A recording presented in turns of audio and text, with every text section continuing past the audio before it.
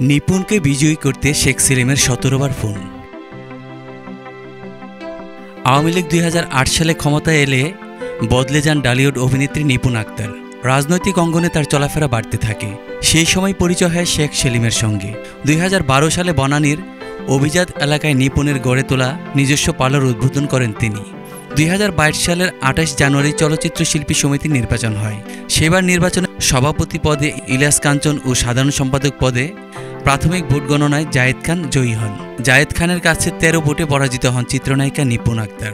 ফলাফলে অসন্তোষ জানিয়ে ভোট পুনর্গণনার জন্য আপিল করেন নিপুণ, কিন্তু সেখানেও একই ফলাফল পায় আপিল কমিটি।